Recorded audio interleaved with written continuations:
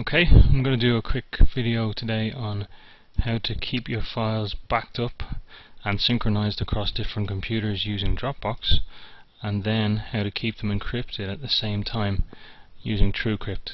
And the idea behind this is that if you're the type of person who works on a home computer and a work computer and maybe a laptop as well, if you don't want to use a USB key or something similar to keep your files in sync, you can use Dropbox, which is a program that's really simple to use, automatically backs up all your files and keeps them synchronized to the latest versions on all your computers. Also, if you have confidential documents that you don't like the idea of keeping them backed up to a server in their open form, you can use TrueCrypt to keep them encrypted so that nobody will be able to access them except you when you log onto your computer. So the first thing we want to do is to go on to www.dropbox.com, and you'll see it here. And Dropbox works on Windows and Mac and Linux and also on mobile phones. And you download the Dropbox client by clicking here, and once you download it, just as normal for a Windows program, I'm just going to save it, and then once you've saved it, you'll install it and go through the install process. Now I have Dropbox already installed on my computer, so I don't have to do it, but there are no major options that you have to select. All you need to do is to select the default options. It will ask you to create an account so that you can use Dropbox on more than one computer, but other than that you don't have to do anything special. And when you install Dropbox, what will happen is you will have in your My Documents folder, if you're in Windows, or in another folder if you're in Mac or Linux, you will have a folder called My Dropbox. So it'll be in My Documents or Documents and My Dropbox, and anything that you drop into this folder, you'll see these little green arrows, will be automatically backed up online every time you save the file. And then if you have Dropbox on another computer, every time you turn on that computer, the latest version will automatically be synced. And the great thing about this is that you can keep all of the files in the folder. You don't have to move them in and out, and all you have to do is press save on the file as normal. Once the file is saved and you stop using it, Dropbox will automatically upload the latest version to your backup and then keep it there for when you turn on your other computer so it can synchronize. So it's really simple to use, and it really helps with backups. Get 2 gig in the free version, so 2 gigabytes of storage, which is more than enough for most people for documents. And then if you want to pay, which I do, you get the professional version. And what's great about Dropbox while you're using it is you can see at the bottom right of the screen this little Dropbox icon. When a file is changed in your Dropbox folder, so if you edit a document or if you put in a new folder or a new file into Dropbox, you'll see a little swirly icon which will tell you that the folder is being synced. And once it is synced, and if everything's okay, you'll see this little green tick. And also if you right click on it, you can see things like recently changed files, so you can go into your Dropbox folder straight away, or you can launch the Dropbox website from the application and it will actually log you in, and you'll see the web-based folder system here. So I can actually go into all my folders from here, and I could do this even if I was on a completely different computer that wasn't mine. I could just log into the Dropbox website, I would see this, and then I could get a file if I needed it, even if I wasn't on my own computer. So as a backup service it's amazing, because it also, even if you delete a file, keeps them there in case you want to bring them back later on. And there are also different versions, so if I was to pick a file that I had edited, I could right click on it and view the different versions of the file that I had, and every time I press save a different version will be created, but Dropbox keeps those versions. So if I was to go back on this file, for example, I can view the previous versions just by clicking this option, and it would give me, well, this only has one version, but if it had more, if I'd saved it more than once, I'd see a list here, and I could go back in time just in case I edited it and made a mistake that I wanted to go back to an earlier version.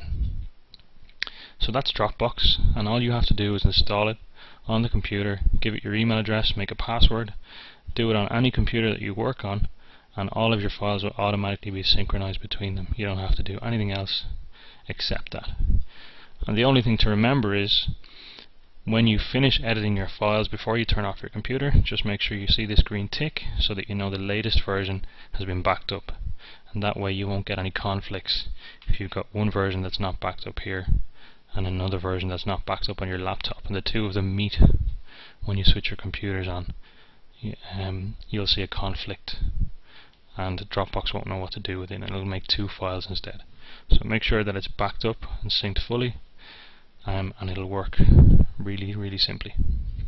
Now what if you want to use the backup but you also want to keep confidential files there, the type of files that nobody else is allowed to see, including maybe the guys at the Dropbox website, although they don't look at your files. You want to keep them secure and safe. Well, what you can do is go to TrueCrypt, if I spell it right. There we go. Okay, truecrypt.org, and download this program. Okay, so the latest version for Windows, for Mac or for Linux, and you download it and install it just like a normal program. Now importantly about Dropbox and TrueCrypt is to get them to work properly you need administrator rights. So for example on my work computer I had to ask the administrator to install them so that they would work well. But at home you obviously will have administrator rights to your own computer, so that won't be a problem. So it installs just like any other program. I don't need to go through the install process. What we do need to get to is what happens when you first install. And when you first install, what you'll see is this window here.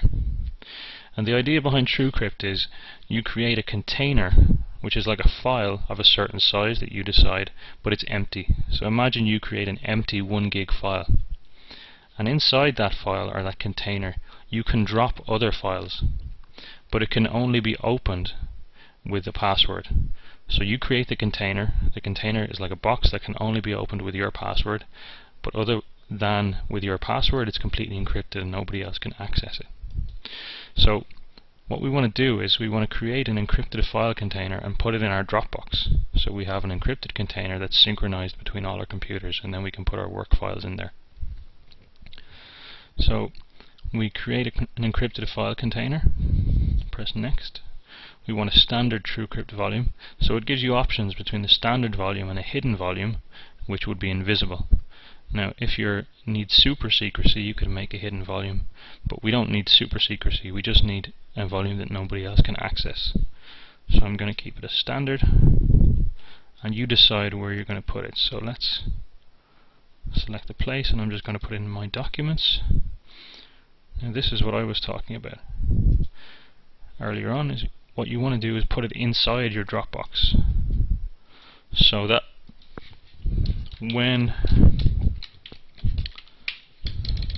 it's created it automatically gets synced with all your other computers, and I'm going to call it work files, and that's where my work files are going to go, and I already have one there.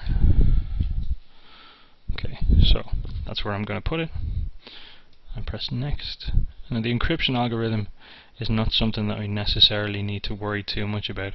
There are different types of ways that TrueCrypt can encrypt the container, but to be honest they're all very secure, and you don't need to worry too much if it's just standard confidential documents. Which one you choose, you can feel free to read up on the information here if you want, but you can trust the standard encryption. Now the volume size, let's say for now I'm just going to make a 1 megabyte file, but if you want yourself to back up your work files you might want to make something a bit substantial. So imagine that your flash drive, your standard flash drive is about 2 or 4 gigs or 8 gigs, so you might want to make something equivalent, maybe a 4 gig file that you can then drop other files into. I'm just going to make a 1 megabyte file just to test, and press next, and I'm going to make a really secure password. Now this is the password that you use to open your encrypted container, so you need to remember it, because if you forget it you can't actually open the container again. Now because I haven't picked a really long password, it's going to warn me that it's insecure, but it's okay for now because I'm just going to use it for a test. Now what this does here is, as I move my mouse, it randomizes the encryption on the folder. So I'm just going to move my mouse around a little bit. I'm going to keep the file system as standard. FAT format is one you can use with almost all operating systems, and it's what most flash drives use, so I keep it there. I move it around a bit, and when I'm happy that I've moved it around the mouse enough, I press format, and now my volume has been successfully created. Now once this is done, I can exit because I don't need to create another one. Now how TrueCrypt works is, you've created your empty container, but in order for you to put files into it to keep them safe, you need to mount it. And all that means is, in the same way that you insert a flash drive into your computer and Windows gives it a drive letter like E or F or G, our TrueCrypt volume will have a drive letter in the same style and will be treated as if it were a removable drive. If you're not sure what that means, you'll see it in a second. It's quite straightforward. What I want to do is pick the container that I created a second ago. So I'm going to go back into my Dropbox. I'm going to look for, okay, my Dropbox is in a particular place that I put it. Okay, so I'm going to look for work files, and you can see the date. That's the one I just created a couple of minutes ago. I'm going to press open, and what I want to do is pick a drive letter. So I can mount it on any drive letter that I want. It doesn't really matter, because I have a CD drive and a flash drive and something else. It starts at G and goes to L, M, N, O, P. It doesn't actually matter which one you use. And I'm going to press mount. Now I'm going to enter in the password and press OK. What will happen is, if I go to my computer, which is where most people look for their flash drives and other drives they've inserted, I will see a new drive here called G, which is the same place that I've mounted my encrypted folder. So I can work with this folder as if it were a flash drive. I can drop files in, I can open them straight from there, I can edit them, and then I can just press save. And then when I'm finished working, I close it, I go back to this list of drives, and I unmount or dismount the file. And when I've dismounted it, Dropbox will automatically sync it, and then it'll be available on my other computer and also backed up to the cloud. But importantly, it will be secure and nobody else will be able to see what's in the folder, because with a TrueCrypt container, even if you can see it there, you can't actually open it without the TrueCrypt program and without the password. Okay, and the important thing you have to remember with this is, unlike your normal files where you press save and Dropbox automatically syncs them, it won't sync your TrueCrypt container until you save it and close it and dismount it. And when you dismount it, then you'll see Dropbox syncing it, and it will go into your backup storage. Okay, I hope that was helpful. That was my first video. If you've got any suggestions for improvements or any more information about this topic, feel free to ask.